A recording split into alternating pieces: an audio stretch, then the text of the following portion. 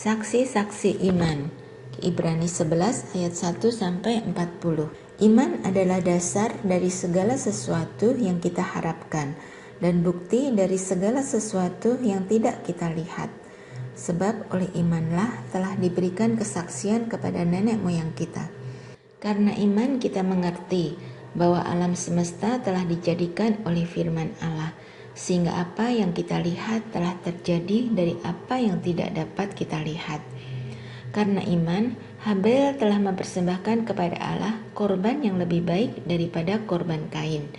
Dengan jalan itu, ia memperoleh kesaksian kepadanya bahwa ia benar, karena Allah berkenan akan persembahannya itu, dan karena iman, ia masih berbicara sesudah ia mati. Karena iman, Henoh terangkat, supaya ia tidak mengalami kematian, dan ia tidak ditemukan, karena Allah telah mengangkatnya. Sebab sebelum ia terangkat, ia memperoleh kesaksian bahwa ia berkenan kepada Allah. Tetapi tanpa iman, tidak mungkin orang berkenan kepada Allah.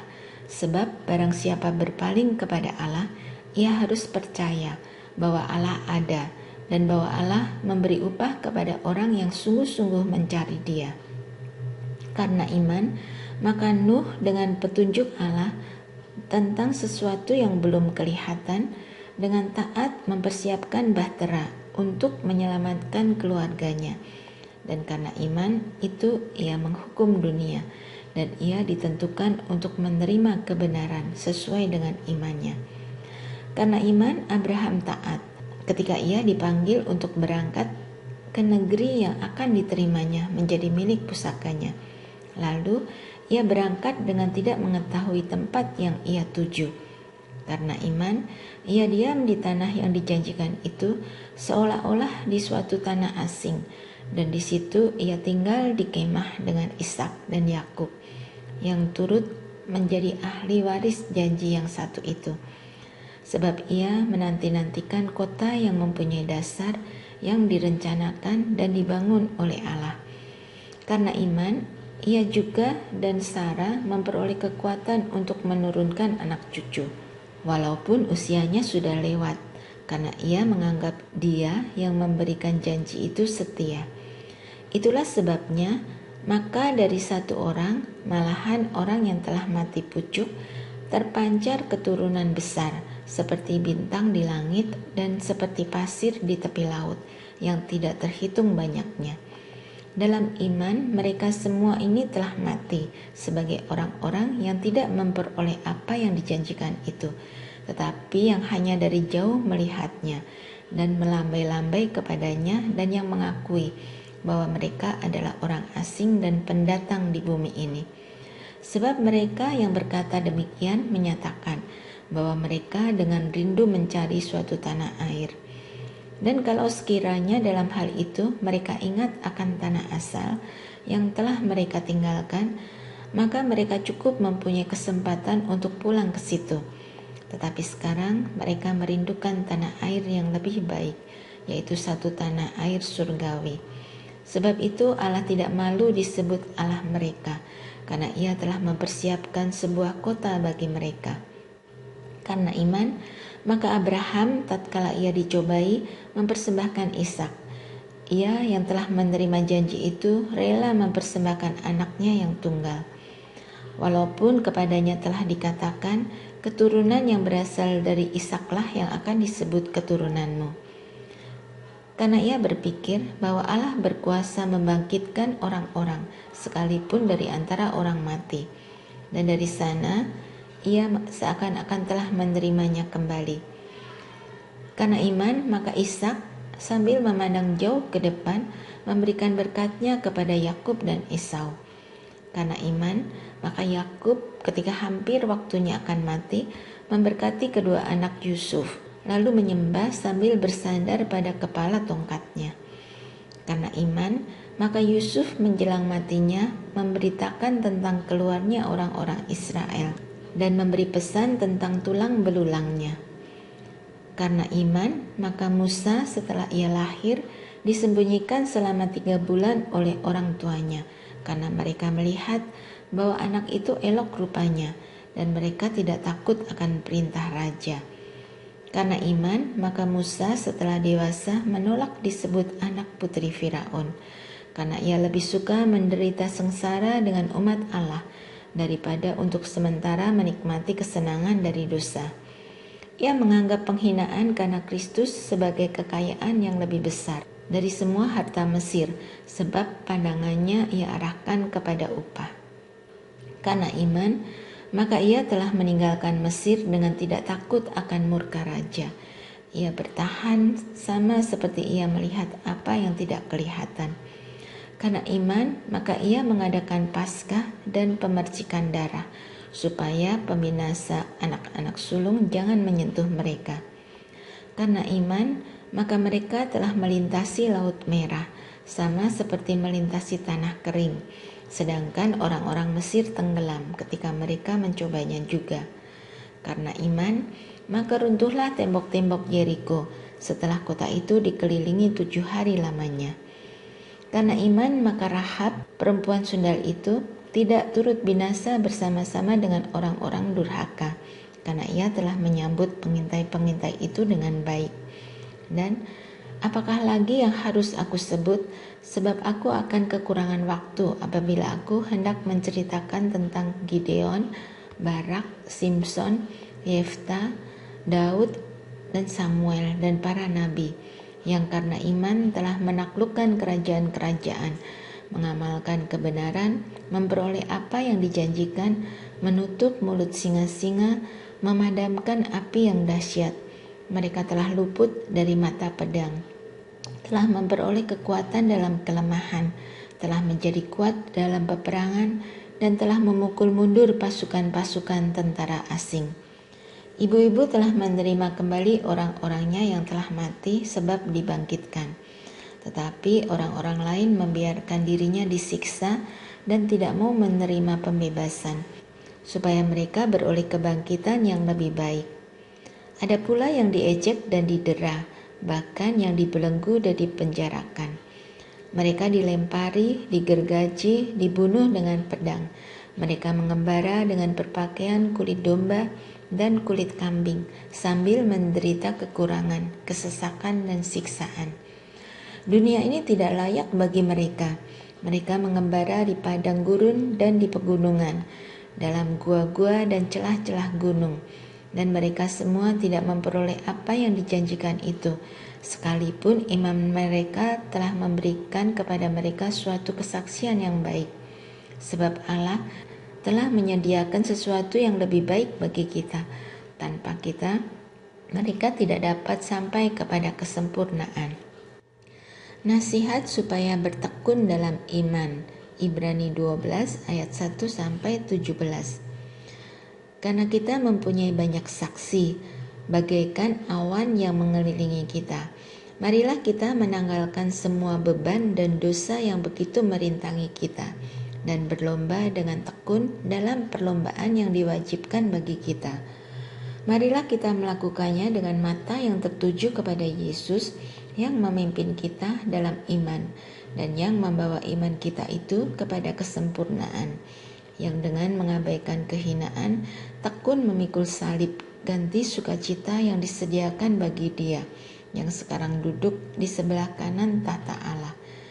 Ingatlah selalu akan Dia, yang tekun menanggung bantahan yang sehebat itu terhadap dirinya, dari pihak orang-orang berdosa, supaya jangan kamu menjadi lemah dan putus asa. Dalam pergumulan kamu melawan dosa, kamu belum sampai mencucurkan darah. Dan sudah lupakah kamu akan nasihat yang berbicara kepada kamu seperti kepada anak-anak?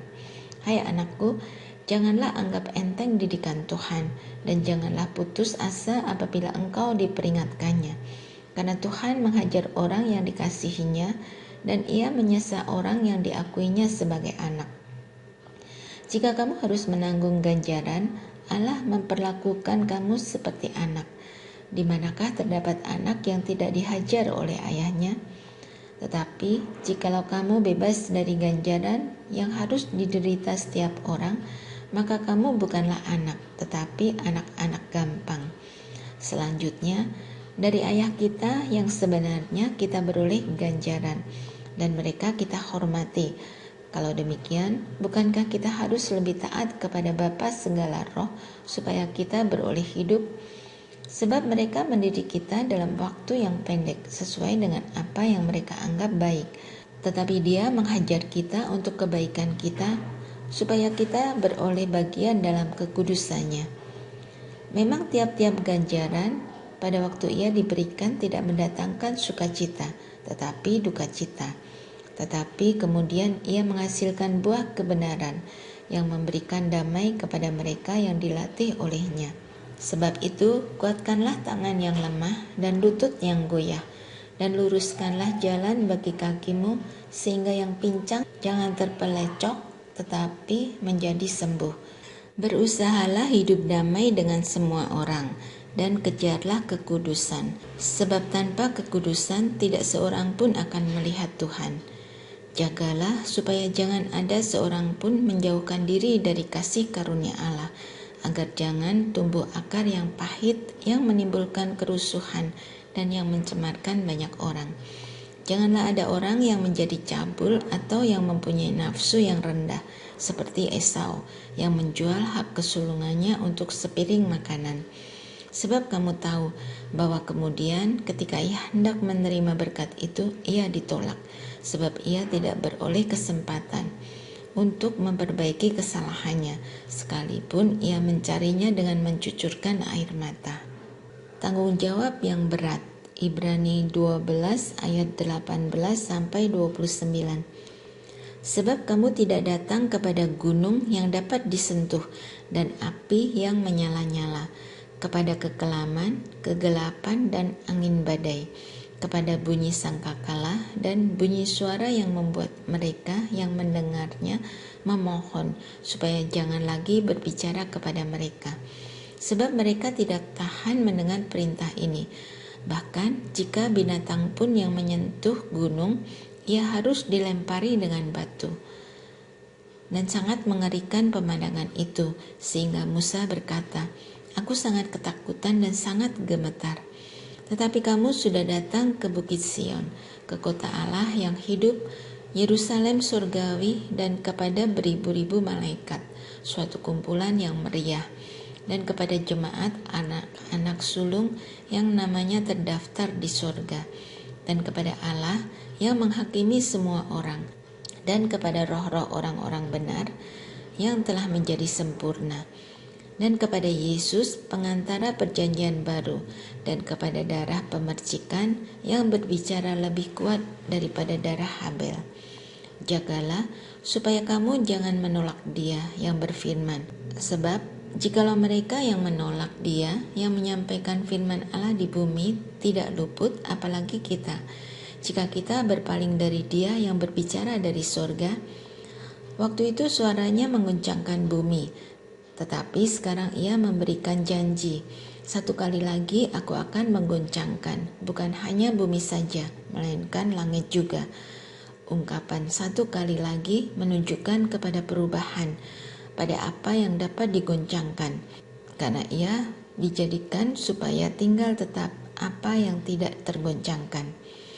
Jadi, karena kita menerima kerajaan yang tidak tergoncangkan, marilah kita mengucap syukur dan beribadah kepada Allah menurut cara yang berkenan kepadanya, dengan hormat dan takut, sebab Allah kita adalah api yang menghanguskan. Nasihat dan doa selamat. Ibrani 13 ayat 1 sampai 25. Peliharalah kasih persaudaraan. Jangan kamu lupa memberi tumpangan kepada orang, sebab dengan berbuat demikian beberapa orang dengan tidak diketahuinya telah menjamu malaikat-malaikat. Ingatlah akan orang-orang hukuman, karena kamu sendiri juga adalah orang-orang hukuman.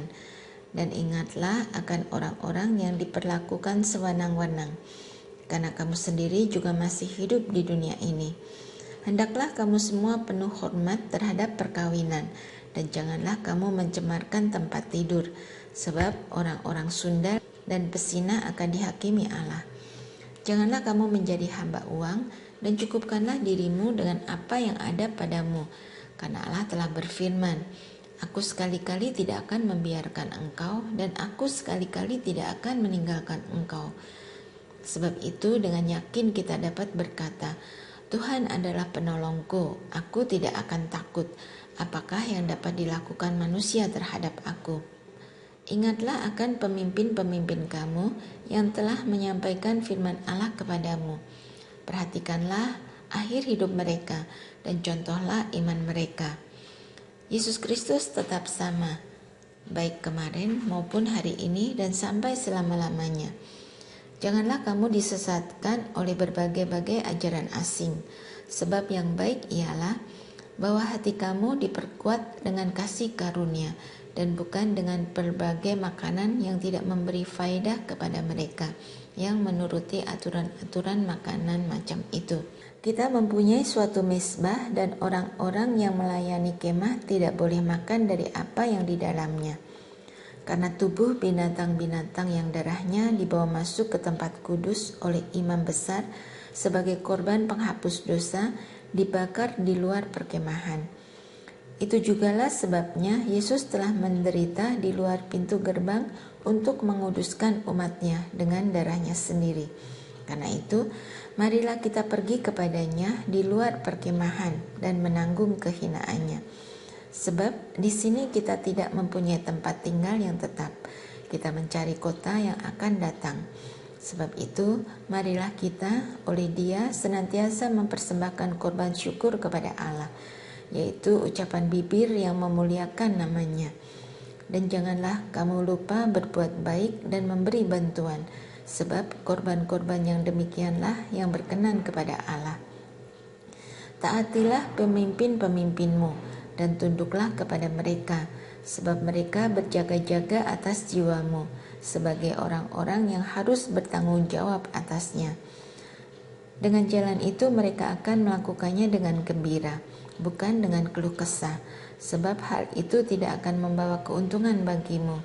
Berdoalah terus untuk kami, sebab kami yakin bahwa hati nurani kami adalah baik, karena di dalam segala hal kami menginginkan suatu hidup yang baik. Dan secara khusus aku menasihatkan kamu agar kamu melakukannya, supaya aku lebih lekas dikembalikan kepada kamu. Maka Allah damai sejahtera yang oleh darah perjanjian yang kekal telah membawa kembali dari antara orang mati Gembala Agung sebagai domba, yaitu Yesus Tuhan kita. Kiranya memperlengkapi kamu dengan segala yang baik untuk melakukan kehendak-Nya dan mengerjakan di dalam kita apa yang berkenan kepadanya oleh Yesus Kristus. Bagi Dialah kemuliaan sampai selama-lamanya. Amin. Dan aku menasihatkan kamu, saudara-saudara, supaya kata-kata nasihat ini kamu sambut dengan rela hati. Sekalipun pendek saja suratku ini kepada kamu. Ketahuilah bahwa Timotius, saudara kita, telah berangkat. Segera sesudah ia datang, aku akan mengunjungi kamu bersama-sama dengan dia. Sampaikanlah salam kepada semua pemimpin kamu dan semua orang kudus. Terimalah salam dari saudara-saudara di Italia. Kasih karunia menyertai kamu sekalian.